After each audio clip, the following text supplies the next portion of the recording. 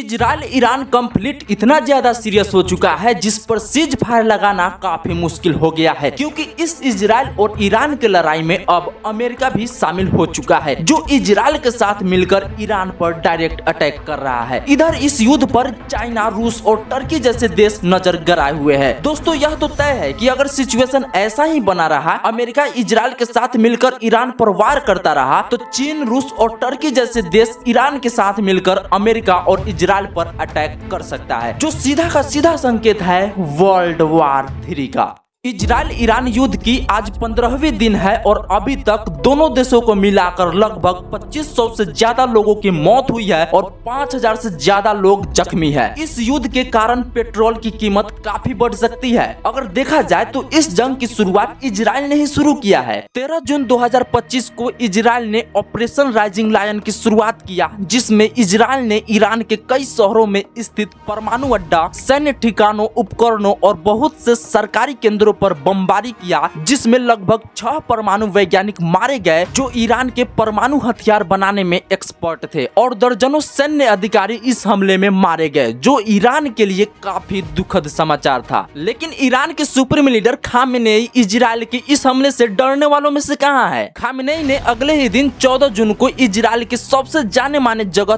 तेलवी और जेरूसलम पर लगभग 150 मिसाइलें और ड्रोन हमले किए, जिसमें इजराइल के हाइफा बाइजन रिफाइनरी और ऑयल रिजर्व को पूरी तरह तबाह कर दिया। इनके कुछ मिसाइल इतनी खतरनाक थी जिसे इजराइल के आयरन डोम भी नहीं रोक सका। 15 और 17 जून को कंफ्लिक्ट और भी ज्यादा सीरियस हो गया। ईरान ने हिजबुल्ला और यमन के साथ मिलकर इजराइल पर चौतरफा वार किया। इसके जवाब में इजराइल ने भी सीरिया और लेबनान में ईरान समर्थित ठिकानों पर मिसाइलें, गोला बारूद दागकर उनके कई ठिकानों को उड़ा दिया। लेकिन 18 जून को इजराइल ईरान वार में एंट्री होती है अमेरिका की, जिसके वजह से यह युद्ध और भी बेकाबू हो गया है, क्योंकि ईरान इजराइल पर तो वार कर ही रहा था, इसी बीच वह अमेरिका को छेड़ दिया। उसने कतर में स्थित अमेरिका का सबसे बड़ा मिलिट्री अड्डा अल उदैद एयरबेस, जिसके थ्रू अमेरिका यहां से कुछ देशों पर निगरानी, ड्रोन ऑपरेशन और हवाई हमले संचालित करता है, उस पर ईरान ने मिसाइल्स और ड्रोन से अटैक कर दिया, जिसके वजह से वहां बहुत बड़ा धमाका हुआ। कुछ अमेरिकी सैनिक भी मारे गए। ईरान के अमेरिका पर इस हमले से डोनाल्ड ट्रंप काफी गुस्सा हो गए और इस पर वह तुरंत एक्शन लिए, और अमेरिका ने ईरान के 3 परमाणु ठिकानों नतांज, फोर्डो और इस्फहान पर B-2 बम्बर से एयर स्ट्राइक किया और इन्हें बुरी तरह से तबाह कर दिया। दोस्तों, चलिए जानते हैं कि B-2 बम्बर क्या है, यह कैसे काम करती है और यह इतना ज्यादा खतरनाक क्यों है।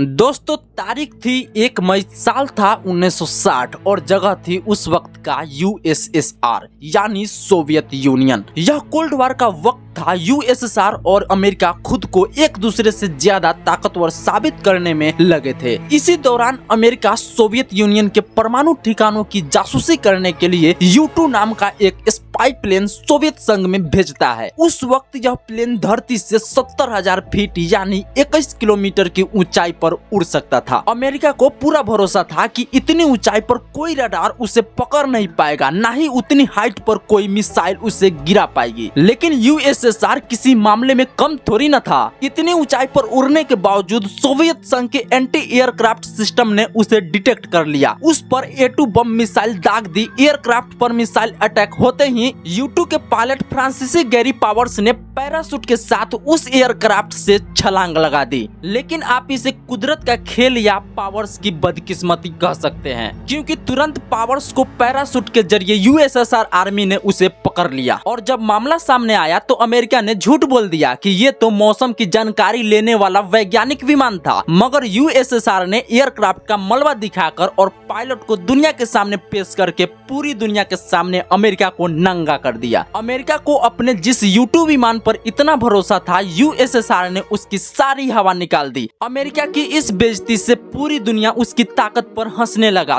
तब अमेरिका ने रियलाइज किया कि अगर उसे खुद को मिलिट्री सुपर पावर बनना है तो उसे एक ऐसा एयरक्राफ्ट डेवलप करना होगा जो कि दुनिया की किसी रडार की पकड़ में ना आए। यही सोचकर अमेरिका ने सबसे पहले SR-71 ब्लैक बर्ड डेवलप किया, जो कि हाई स्पीड रिकॉन प्लेन था। फिर उसने F-17 night hawk stealth fighter jet बनाया और आखिरकार जो प्लेन बनकर सामने आया उसका नाम था B-2 स्टील्थ बम्बर। जी हाँ, वही B-2 स्टील्थ बम्बर जिसके एक विमान की कीमत 2.1 बिलियन है। जी हाँ, एक बम्बर 17,000 करोड़ की है, लेकिन इस बम्बर को दुनिया के किसी देश को वो नहीं बेचता। रडार ऑब्सॉर्बेंट कोटिंग की वजह से यह दुनिया के किसी रडार की पकड़ में नहीं आता। यह एक बार में 18,000 किलो से ज्यादा भारी बम ले जा सकता है। यह इतना महंगा है कि अमेरिका ने भी ऐसे सिर्फ 20 से 22 बम्बर ही बनाए हैं। इसे अमेरिका की नॉर्थरोप ग्रमन कंपनी ने बोइंग के साथ मिलकर बनाया था। इसे 2011 में अमेरिकी फौज में शामिल कर लिया गया। यह 500 फीट से भी टारगेट को पिन पॉइंट हिट कर सकता है। एक बार में 18,000 किलोमीटर का यह सफर तय कर सकता है। और दुनिया के सबसे ताकतवर इसी B-2 बम्बर से अमेरिका ने 22 जून की सुबह 4:30 बजे ईरान के 3 परमाणु ठिकाने नतांज, फोर्डो और इस्फहान पर हमला कर दिया। अमेरिका ने इन साइट्स पर 3,000 पाउंड वजन के क्लस्टर बम गिराकर उन्हें पूरी तरह से बर्बाद कर दिया। इन तीनों परमाणु ठिकानों में सबसे बड़ा हमला फोर्डो पे किया गया। नतांज के बाद फोर्डो में ईरान का दूसरा सबसे बड़ा यूरेनियम प्यूरिफिकेशन प्लांट था। ये प्लांट एक पहाड़ी के नीचे 295 फीट की गहराई में था। हालांकि अगर देखा जाए तो इजराइल और अमेरिका की दोस्ती काफी गहरी है, जिसके वजह से अमेरिका खुलकर ईरान पर अटैक कर रहा है। लेकिन दोस्तों, इस वक्त सिचुएशन बहुत ही सीरियस हो चुकी है। सारी दुनिया की निगाहें अब भी रसिया और चाइना पर टिकी हुई है। रसिया और चाइना ने अमेरिका के इस हमले को क्रिटिसाइज तो किया है, लेकिन कोई खुलकर अभी ईरान के साथ